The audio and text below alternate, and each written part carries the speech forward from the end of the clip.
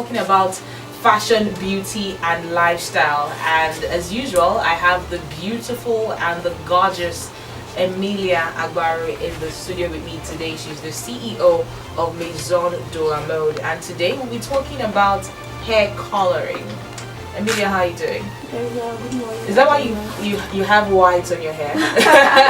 Because we're talking about hair coloring. Did you dye your hair white? No, it's a protective style. Yeah, it's DIY protective style. Okay. Okay, so you braided your hair and it came with the white color on the attachment. The color. Okay. Distinction. All right, fantastic. So what do you have for us today? Okay, hair coloring. Yeah, and hair coloring is something that let me say 80% of people in the world do, both male and female. Some people may be coloring due to grays. Whatever reason anybody is coloring for, it's always best to go the healthy way. Okay. Because hair is being colored, fabrics are being dyed. Oh. Yeah. But you know, sometimes you use it interchangeably. You say, I want to dye my hair. Yeah, sometimes people say it. And most colors come with the right dye on it. But actually, fabrics are being dyed by hair. That's why I call you the professor. Professor of fashion and beauty. Most hair colors have bad chemicals in them, and some of these chemicals have been banned already. 22 of these chemicals have been banned in Europe, yes, by the European Commission. But there are still some that they allow because they are like very important in these hair colors slash dyes. Now, for instance, hydrogen peroxide. Why they put it in there? They put it because what it does, it first of all removes the person's original hair color. Okay. Yes. And now in the process of doing that, the side effect, which that's what makes it bad now. It makes the hair brittle. And it breaks with ease. And then another chemical that they can't avoid also, but some now are beginning to write no ammonia. Is ammonia. Now the ammonia causes irritation of the lungs. And it causes burns as well. And now what ammonia does, ammonia opens the hair cuticle, which is the outside layer of the hair strands, and then it opens it, and then to allow the color to go in. After which it now closes it back, you know. But at the end of the day, it causes lots of harm to the person, you know. Now, parabens also causes allergies and skin irritation. Now, most of this, then the lead also causes anemia. Okay, so I'm thinking you're dyeing your hair, but it's also affecting other internal organs in your body. Yes, because when you apply the dye, or rather you're coloring your hair. Yeah, you know, we learned that today. So you're coloring your hair. When you apply the color or the dye, I'm saying that so some people will not get it twisted. But the actual term is coloring. When you apply the color or the dye on your hair, it's most people, for instance, I said people color for different reasons. Some people color because of grays, while some color because of fashion. Now, for instance, this coloring because of gray, the gray comes is an undergrowth. It grows. So now they need to, just like when we talked about the relaxer application, now they need to go that way and apply close to the fat on the scalp. So the same way the bad chemicals relaxer normally absorbed via the pores, same way those chemicals in dyes or hair colors goes through and enters the bloodstream, and then that's where they start selecting where they want to go and display their havoc. Now, many people be like, okay, so what should we do? That is where henna comes in. Henna is a hair treatment that colors the hair. Now, henna has been in existence since I think 51 BC, to 30 BC, during the Cleopatra era in Egypt. Both women and men were coloring their hair with henna. And then henna actually, the main purpose is a treatment, it's a hair treatment. But the side effect, which is not a bad side effect, is that it colors Now, most raw henna, they normally come in either orange color, that's on application. Okay. After application, it colors the hair orange or red. It will take the hair to orange or red. Yes. Okay. But the powder is green or brown, depending on the species or the drying process. Okay. Now, henna is healthy, but currently now there are different types of henna that's come out. For instance, this one, it came in from the UK. It's black henna. Okay. Yeah, so once you apply it, if you want your hair to be black, it's gonna dark your hair. The issue we had for a long time, for about 2 years here in Nigeria, we all wanted to henna our hair. Yeah. We call it naturalists will say we henna hair, just like coloring or dyeing your hair. So we started looking for henna, and then we were seeing more of colored henna because they come in different shades. The packaged ones, they come in different shades, but we're not seeing black in this part of our country. So we had to get this from the UK, black henna. So is it the same henna as the one that ladies rub? Yes. Put on their hands, decorate lali, like an Indian bride or the Northerners bride. It's the same henna. Okay. Yes. So you can use it for your hair as well. Yes, but if you're using that particular one, which is the local one, you need to mix it in tea. Okay. Tea, and you need to add juice, orange juice.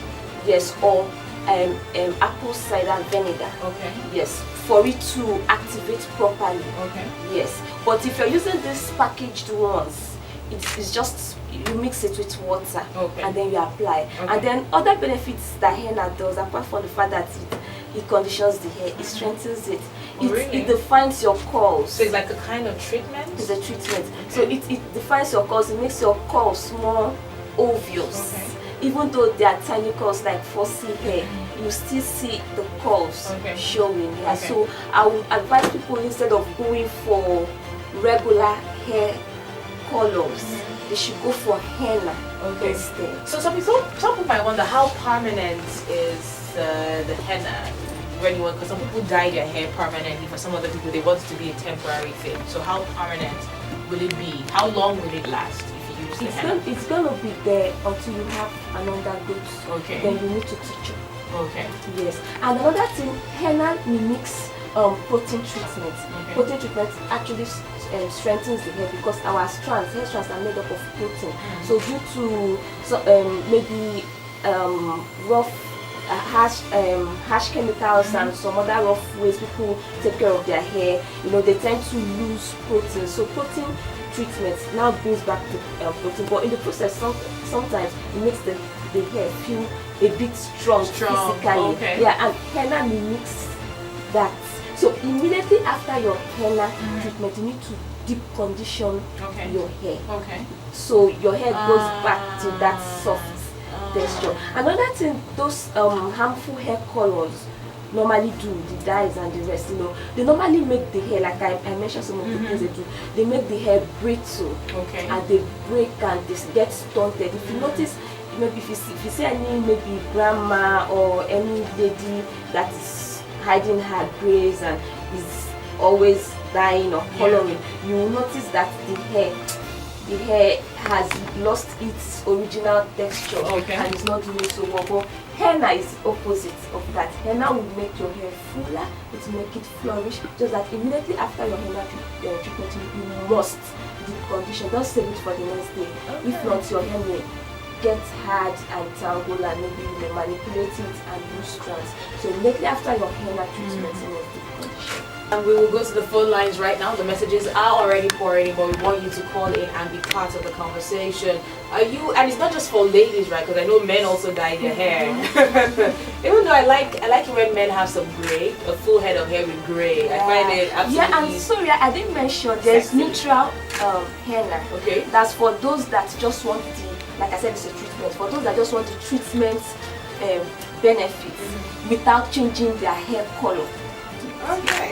Alright, so join the conversation. If you want to ask a question, you can call 084461923. And if you're a lady as well, you can call 0818-132-6456. Alright, so Emilia, some other people might want to know when they want to color their hair, are there certain things that, you know, some people say before you color your hair, you shouldn't retouch your hair, you shouldn't relax your hair. Are there certain things that they should do and should not do before they begin to color their hair?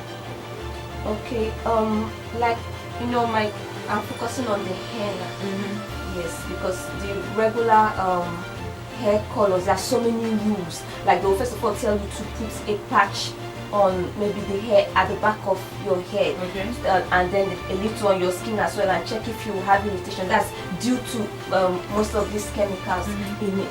So I'm not even supporting that at all. So I'm going to answer strictly on henna. Now, before henna, you need to wash the hair, degreasing it. That's removing unnecessary buildup. Yes, maybe from hair products. So the hair will not, because the oil, the grease can coat the strands and wouldn't let the henna penetrate into the hair shaft. So you need to wash your hair first. You need to shampoo, and without applying any oil, any kind of oil or butter, just wash and then you apply the henna, and then you wear some henna, depending on what is written. You may put on, like the old one, the native one, you put a plastic cap on your hair or waterproof, but this one you just rub it and then you sit for you don't need to enter, you're not entering any steamer or any dryer, you just carry it for 30 minutes. But the native henna, you're gonna carry it for 8 hours. 8 hours? Yeah, so some people carry it all night.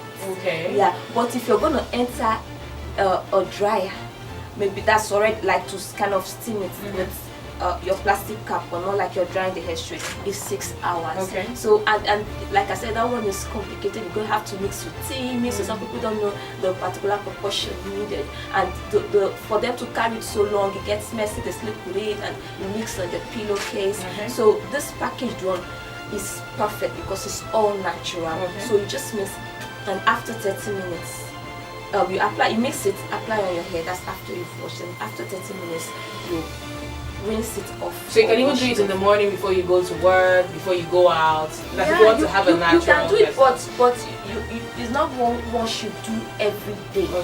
Yeah, one can do it once a week. For someone that is going for the treatment benefits, maybe once the person's course to be defined, so the shrinkage wouldn't be much, you know. Now the person can do once a week. But for someone that is maybe is trying to cover grays, the person, because new growth to come up once a month. If the person's using it just to cover grays. But if your reason is to color your hair, like initially I hennaed my hair auburn, so I had to use black henna to bring it back to my normal hair color. But if you leave your hair, wouldn't it grow back to its regular color? Yes, that's what I'm trying to explain. So as I then apply the black henna, it darkens the hair, and then after some months, I started noticing that the lower part of my hair was like color 2, because my real hair color is not color 1, it's color 2. So your real hair was growing out. Yeah, so it was looking fine, but whenever I do twist, the down normally looks a bit kind of brown. So I decided to re-henna. But if you leave it like that, it can give a kind of a highlight, like 2 colors or something. So it depends on what the person's purpose is using the henna. If it's for defining your curls, reducing shrinkage, you can do once a week. If it's for covering grays, you can do once a month, or when you see grays coming up. If it's for coloring your hair, maybe changing it to black. Once you do it, you don't need to do it over and over, except so can you also use it on your weaves as well? Aside from your natural hair, can you use it on your weaves? Because I colored my weave from black to gold. Yeah, you can use it on your weaves, just that I will look at it like waist. Yeah, you can, if you can decide to use those regular colors for your weaves, since they are not attached to, they're not implanted into your scalp. All right, well, Emilia, we will have to wrap it up. But once again, just give us details for those who might be interested in, contacting you and asking further questions. How can they get across to you once again? Okay, they can get me at Maison De La Mode, number 26 Okoroji Street, D-Line, Port Harcourt. And my phone number is 0803 665 9379. And then on Instagram, Fashion on Radio. Okay. On Facebook, they can type Fashion on Radio. It will direct them to our page, Fashion, Beauty and Lifestyle with Miss Wendela. All right, fantastic. Well, I will, because I mean, my mom colors her hair, so I definitely would want to get something really good, and healthy for her. But Emilia, thank you so much for coming to the studio. And of course, I've learned something else. Every Saturday when Emilia comes into the studio, I always learn one thing or the other. And today, I've learned that you shouldn't say you're dyeing your hair. You should say you're coloring your hair, right? Yeah, that's nice. Okay. All right, thank you so much, Emilia. We've been talking fashion, beauty, and lifestyle with Emilia Agbaru, and she's the CEO of Maison De La Mode. Well, this is where we'll have to say our goodbyes for today, this morning. Have a beautiful morning. Hello everyone, it's Fashion, Beauty and Lifestyle with Maison De La Mode, and our topic was on hair coloring.